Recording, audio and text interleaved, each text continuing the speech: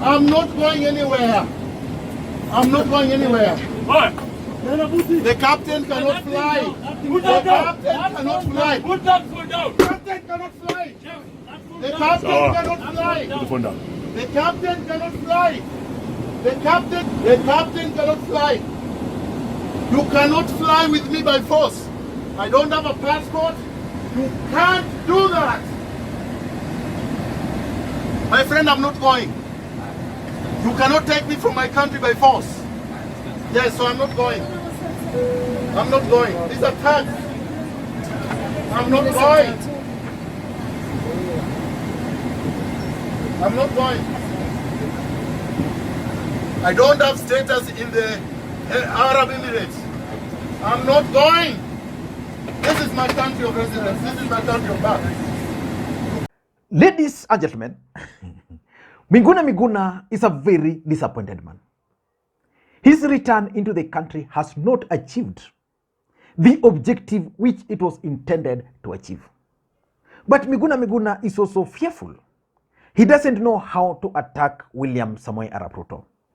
Because attacking William Ruto would mean attacking the same man who brought him back into the country.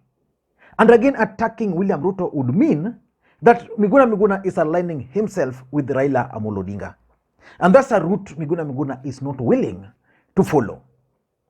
But is currently attacking William Ruto indirectly. A few days ago, the new DCI director, Amin Mohammed, made certain changes to the DCI. And he made one of the appointments which Miguna Miguna did not take lightly. He promoted Said Kiprotich, who was the former head of operations for the Nairobi area, and made him now the director of operations at the headquarters. This is what Miguna Miguna posted, and I strongly believe that this particular post was a coded message to President William Samoei Arap Ruto. This is what Miguna Miguna is posting. Now he captioned a bit of the original post, which was saying, Said Kiprotich Mohammed, who was the Nairobi area head of operation, was yesterday named the new DCI head of operations. He is a seasoned police operative who has previously commanded 2 DCI units, the Flying Squad and the Special Crime Prevention Unit, both which were disbanded following public outcry. Said replaces Bernard Gisheru, who has been serving on contract after attaining the mandatory retirement age of 60. And this is what Miguna Miguna is now saying. Said Kiprotich is the Flying Squad goon who destroyed my house with military explosives, abducted, detained, and tortured me. The High Court convicted him of contempt. Why has Kiprotich been promoted when some members of his killer squad have been charged? So Miguna Miguna is actually asking William Ruto direct question. He's asking him this question. Let me reframe it. Why have you promoted Kiprotich Said, but you are charging George Kinoti?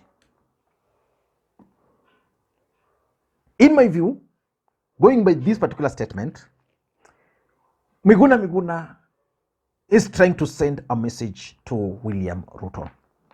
So in this video, I want us to try and figure out the dilemma which Miguna Miguna is finding himself in since he came back into the country, specifically in regard to this particular tweet.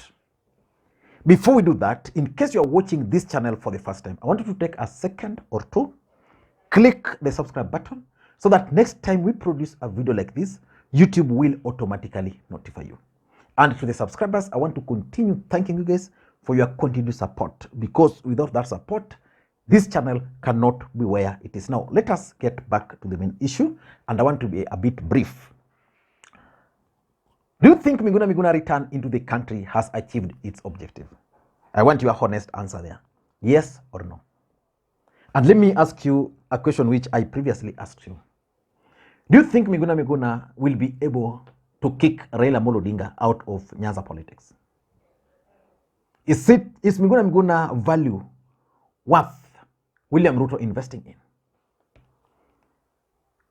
Let us now go into this particular matter. Reading this particular tweet, I'm gathering several things. The first thing which I'm gathering is that Miguna Miguna is revisiting his deportation. And it's not just revisiting his deportation, it's now telling Kenyans, the people who are responsible for his deportation. And according to Miguna Miguna, said Kiprotich was the head of operation. Actually, Miguna Miguna is making it very clearly that said Kiprotich is the flying squad goon who destroyed my house with military explosives, abducted, detained, and tortured me. So it's very specific that this particular individual was the one who was responsible for destroying his home, abducting him, detaining him, and torturing him. You can ask the question indirectly, where is Raila Odinga coming in this particular matter? If it's Said Kiprotich who did this and has now been promoted. Remember, when Miguna Miguna was being deported, William Ruto and Uhuru Kenyatta was still an item. And the fact that William Ruto has promoted this particular gentleman while the rest are being charged means he was actually one of his close allies. So for me, the fact that Miguna Miguna is now trying to revisit his deportation is something which is important. Number two, Miguna Miguna is also revisiting the story of George Kinoti. And remember, when George Kinoti was asked to leave, and as I think a few gentlemen were also asked to leave, questions were being asked why William Ruto is targeting George Kinoti. And yesterday, Raila Odinga actually came to the defense of George Kinoti. And politically, there were two questions. Why the Kikuyus were being targeted? The Kikuyus who are part of the special unit, why are they being charged? While the Kalenjins, who are part of the same unit, are actually being promoted. That is what Miguna Miguna is trying to ask here. I don't know whether Ruto will have the answer to that, but he's asking the question, why has Kiprotich been promoted when members of the killer squad have been charged? You know, Kinoti, the rest, there are 6 who are charged, and the other day they were like yesterday, they were like, they're being forced to frame George Kinoti. So very interesting development. The number 3, the third issue, which is also coming out of this, is the questions of William Ruto reform credentials. You know, William Ruto tried something which I don't know whether he's going to achieve it. When William Ruto took over, he wanted to disapprove Kenyans because William Ruto lacked reform credentials. So he was the first person to bring on board Miguna Miguna back into the country. So he was hailed. There are several other things which William Ruto did, which actually indicated that he was trying to persuade Kenyans that he's now the reformer, that Raila Odinga and the rest were just pretenders. So Miguna Miguna is actually questioning the reform credentials. Why is he promoting the same guy? Because if he's against extrajudicial killings, this guy was the guy commanding that unit in Nairobi. He was part of it. Why is he being promoted? Remember, the other day, Miguna Miguna also questioned some of the appointments William Ruto made to the permanent secretaries and to the cabinet secretaries, because he believed some of those people were not the right individuals. Either they were corrupt, they were facing court cases, and the rest. So basically, Miguna Miguna is actually questioning the reform credentials of William Samoei Arap Ruto. And lastly, the question about the disbandment of the special service unit. I did a video on why it was disbanded.